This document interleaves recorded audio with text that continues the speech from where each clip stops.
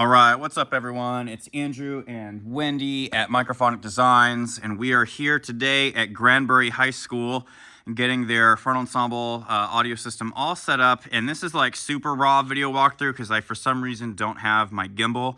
So I apologize. The camera motion is going to be a little bit more rough than I normally am able to get it because I don't know where I put my gimbal at.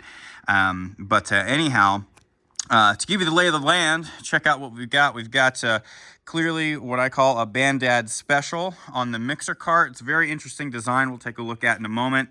We're working with the TF5 by Yamaha and two of the old P5000S amplifiers for their speakers, at which they have the C215V and the CW218V subs on a set of the Pageantry Innovations SC20 speaker carts, and that's for both sides.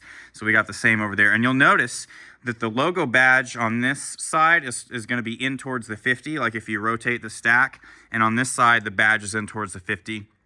I'm not too particular about whether the badge on these speakers is out towards the end zone or in towards the 50, but as long as they're mirrored pairs, I'm all right. So that's what we're working with. Speakers. Front ensemble, we've got 5 marimbas, 1, 2, 3, 4, and 5. And these 4 marimbas go to their own snake, and we'll take a look at that in a second. Marimba 5 has a set of jumper cables that we custom built that goes back to the vibes, and there's another snake back there.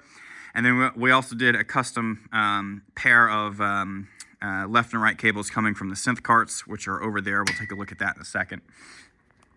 In the mixer, we've got our channels. Wendy did all the mixer, or most of the mixer programming today. I helped shore up just a few extra things, but she's got the checklist. She knows what she's doing. We've got 10 channels for our marimbas, 4 for our vibraphones, a left and right channel for our synths, and then we've got 2 wireless channels, flute and euphonium, and this is going to double as a piccolo channel. And so we'll take a look at that. Actually, what I'm going to do for this one, we've already got the EQs mostly put together, but I'm going to select the high-pass filter, and I'm just going to go ahead and roll that up a little bit more to about that range. That should be good. And euphonium, I'm actually going to pull back just a little bit more than normal. There we go, something like that.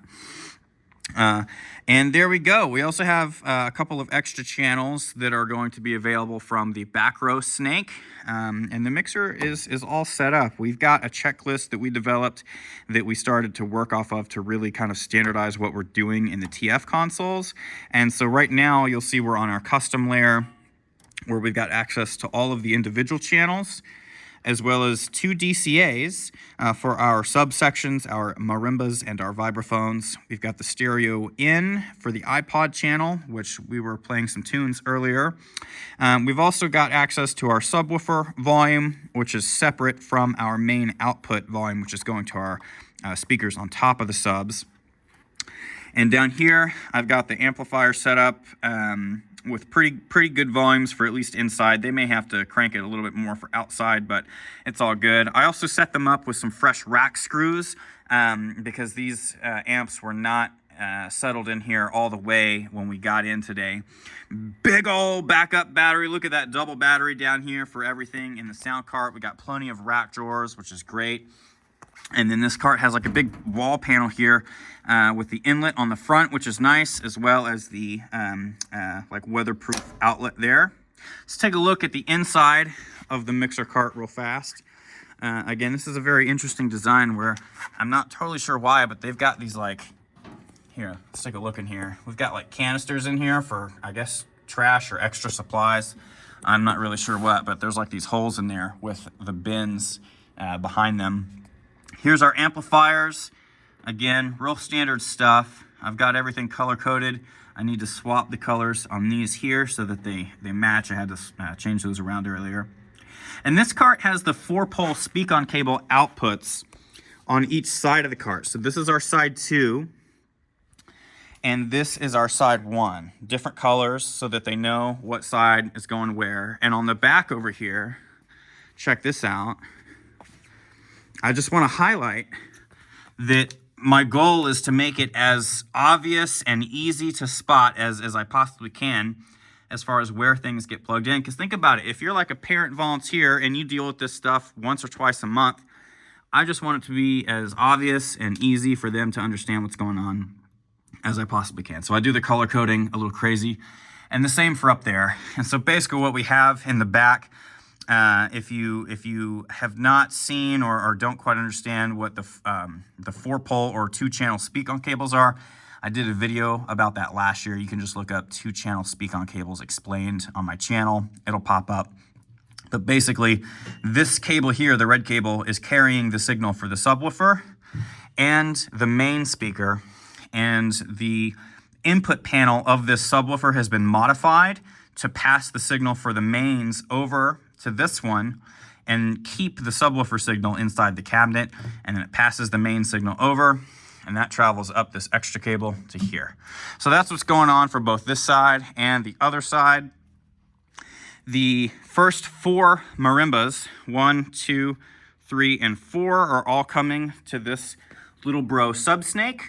And you'll see on this side, we've designated this as the red snake, which comes over to the marimbas. And I wanted to keep the top clear with just these colors, because the person that's laying the snake down from the sound cart, they should focus on this red strip. When it's laid down, I want these performers to only see the colors that they're concerned with.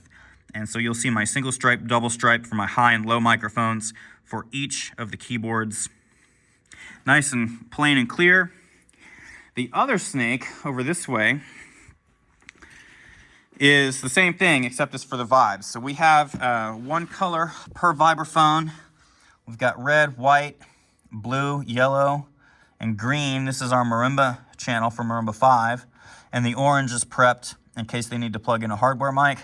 And this one is the white snake, as you'll see there.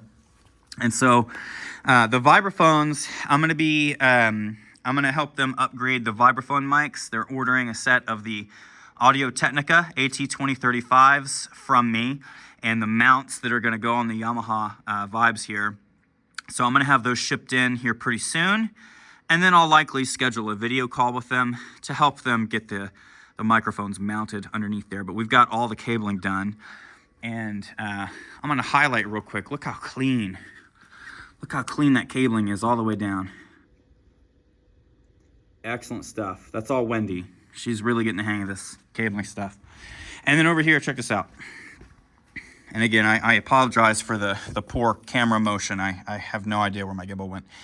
We went ahead and combined multiple XLRs into this braided sleeving so that it's sort of acting as one single cable that goes to the back from this 5th marimba all the way to that snake. And then we did the same thing for the cables that are coming from the synth cart. So they've got 2 synthesizers. They got synth 1 and synth 2, but these are just 2 MIDI controllers. They have a Mac Mini and 1 single audio interface with just 2 outputs, a left and a right. And these are going to the outputs up there that pass through to the side of the cart. Here we go, just right there. It's perfect. And then again, you'll see here, we've got our heat shrink and our braided sleeving so that the long cable coming out to the synths is essentially 1 cable. And that's pretty much all we got. Real straightforward setup. We actually made really great time today. Granbury purchased all brand new cabling from me, so I was able to get all of the keyboard cabling color-coded ahead of time, which I think really helped out. And yeah, I'm excited. They just got a new team of directors, and I hope that they enjoy being able to focus not on sound stuff, but on moving into this new position, a new community, getting to know the students, the parents, the admin, all that good stuff. That's what I want them to be able to focus on. I do not want this to get in the way. So anyhow, quick walkthrough. Wish I had my gimbal. I'm gonna be upset with the like shaky motion, but it's all good.